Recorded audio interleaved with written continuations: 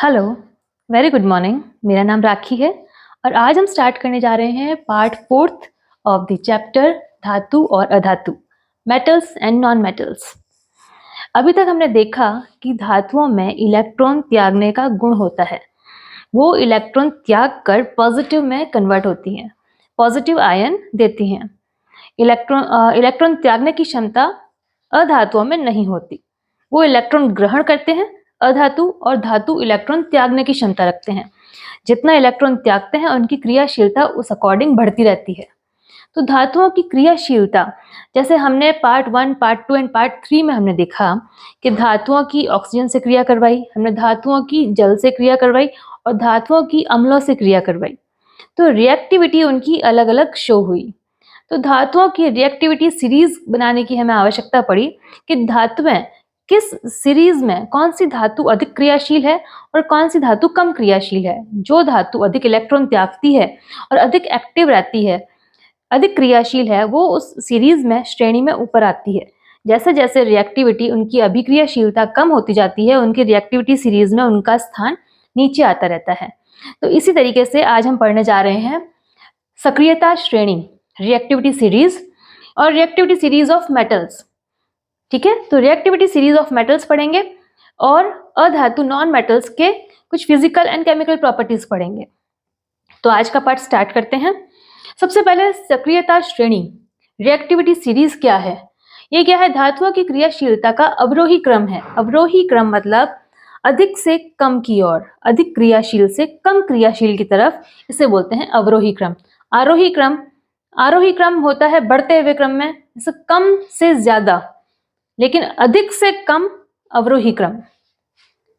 तो descending order के रूप में है ये। धातुओं की क्रियाशीलता जो होती इलेक्ट्रॉन त्यागने की क्षमता के आधार पर धातुओं को व्यवस्थित किया गया है। इनकी क्रियाशीलता इलेक्ट्रॉन त्यागने की क्षमता के आधार पर। सबसे अधिक क्रियाशील, अभी तक हमने जो भी रिएक्शंस देखी हैं उसमें सोडियम और पोटेशियम सबसे अधिक बढ़ चढ़कर भाग लेते हैं। तो हमें इतना तो पता चल ही गया है कि धातुओं में सबसे अधिक क्रियाशील पोटेशियम और सोडियम है। तो रिएक्टिविटी सीरीज में सबसे पहले आते हैं पोटेशियम, सोडियम, फिर calcium, magnesium, aluminium, zinc, iron, tin, lead, hydrogen, copper, mercury, silver and gold. Silver and gold, copper, mercury, silver and gold, ये रिएक्टिविटी सीरीज के सबसे नीचे आ रहे हैं। इसका मतलब हमें पता चल रहा है कि ये कितने कम क्रियाशील हैं। बीच में आ रहा है हाइड्रोजन, तो ये क्या है? सबसे अधिक क्रियाशील है, जो सबसे ऊपर है। उसके बाद घटती अभिक्रियाशीलता, इनकी ये जो एरो बनाया है मैंने, नीचे की तरफ जो एरो है ये घट रहा है, इनकी अभिक्रियाशीलता घट रही है। सबसे ऊपर अधिक क्रियाशील, धीरे धीरे कम क्रियाशील। सबसे नीचे जो है सबसे कम क्रियाशील है, जो सिल्वर है, गोल्ड है, ये सबसे कम क्रियाशील है। तो इसमें हम देख रहे हैं कि हाइड्रोजन के ऊपर जो धातुएं हैं हाइड्रोजन से अधिक क्रियाशील है, और हाइड्रोजन से नीचे वाली जो धातुएं हैं वो हाइड्रोजन से अपेक्षाकृत कम क्रियाशील हैं। तो लीस्ट रिएक्टिव मेटल्स हैं ये नीचे, और ये मोस्ट रिएक्टिव मेटल्स हैं। मोस्ट में भी ये पोटेशियम, सोडियम, कैल्शियम, मैग्नीशियम, ये मोस्ट रिएक्टिव मेटल्स में काउंट होती हैं। हाइड्रोजन का हमें पता है कि हाइड्रोजन एक अधातु श्रेणी में भी रखा जाता है, लेकिन इलेक्ट्रॉन त्यागने की क्षमता के आधार पर इसे इस धातुओं की श्रेणी में रखा गया है, लेकिन ये अधातु भी है ये।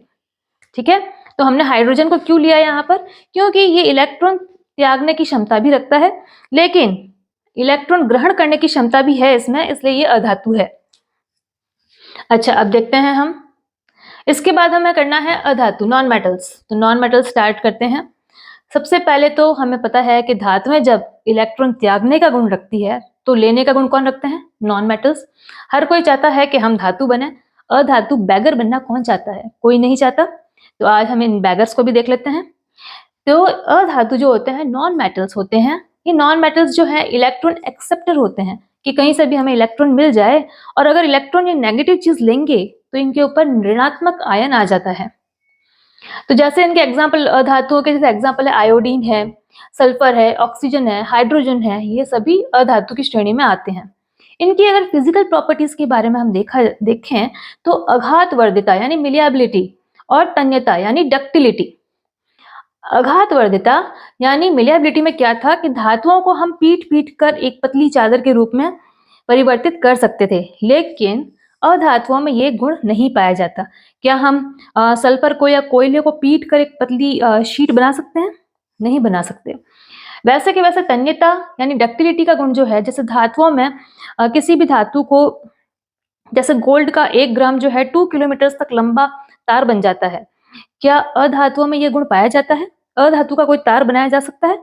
ये नहीं बनाया जा सकता। तो इनमें अधातुओं में मिलेबिलिटी और डक्टिलिटी का गुण नहीं पाया जाता। दूसरा आता है ब्रिटलनेस यानी भंगुरता का गुण। जैसे कि सल्फर है, तो सल्फर में यह है कि जैसे भी हम इसे अगर इनमें भंगुर प्रवृत्ति होती है, जैसे ही इन्हें तोड़ेंगे तो ये बिखर जाएगा, ऐसे भंगुर प्रवृत्ति का हो जाएगा, इकट्ठा ना रह के ये चारों ओर ऐसे टूटकर बिखर जाएगा। समझ रहे हैं आप बात को? ये है ब्रिटलनेस नेचर इसका। इसके बाद में बात करते हैं भौतिक अवस्था, जो फिजिकल स्टेट है इसकी। धातुएं जो है वो ठोस होती हैं, कठोर होती हैं, लेकिन अधातुएं जो है कोमल है, ये सॉफ्ट होती है। इसके बाद बात की जाए कि इसमें भी एक एक्सेप्शनल केस है। इसका अपवाद ये है कि हीरा जो है, हीरा जो कार्बन का अपर रूप है, एलोट्रोपिक फॉर्म ऑफ कार्बन है हीरा, वो कठोर है। हीरा कठोर है लेकिन वह अधातु है। ये एक इसका अपवाद है, एक एक्सेप्शनल केस है ये। इसी तरीके से लस्टर, चमकदार जो गुण होता है वो धातुओं में पाया जाता है, लेकिन मेटल्स चमकदार नहीं होती। देखिए, ये चमकदार नहीं होती, लेकिन कुछ अपवाद तो हर जगह पाए जाते हैं। केमिस्ट्री हर जगह अपवाद इकट्ठे हैं इसमें। तो इसमें क्या है, हीरा जो है चमकीला है, ग्रेफाइट में भी चमक पाई जाती है। ये दोनों ही कार्बन के अपर रूप हैं, जो हम आगे आने वाले लेसन में हम इससे पूरा खुल के पढ़ेंगे।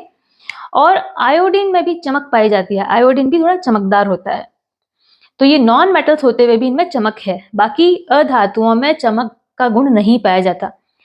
ठीक है, ये लस्टर का गुण नहीं रखते। विद्युत और तापीय चालकता, तो जैसे हमने देखा कि धातुओं में चालकता का गुण पाया जाता है, इसलिए इनका तार बनाकर और इलेक्ट्रिसिटी वायर में धातुएं काम आती है, जबकि अधातुओं का ये गुण नहीं होता है। ये देखें कि सामान्यतः ये कुचालक होती है, यानी इसमें इलेक्ट्रिकल कंडक्टिविटी का गुण नहीं पाया जाता है। लेकिन ग्रेफाइट जो कि कार्बन का अपर रूप है, allotropic form of this carbon, तो इसमें विद्युत का सुचालक होता है।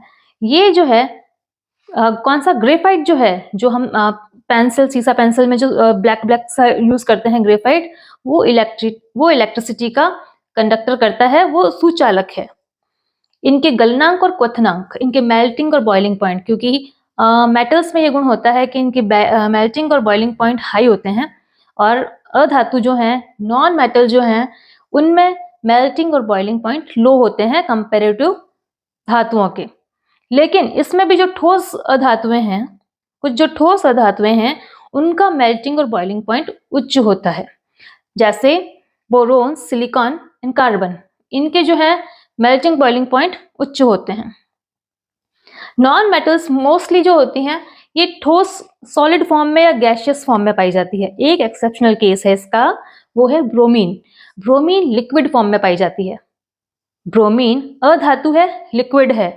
बाकी जो है अधातुएं वो ठोस और गैसियस फॉर्म में है। ठीक है, तो हमें ये याद रखना है।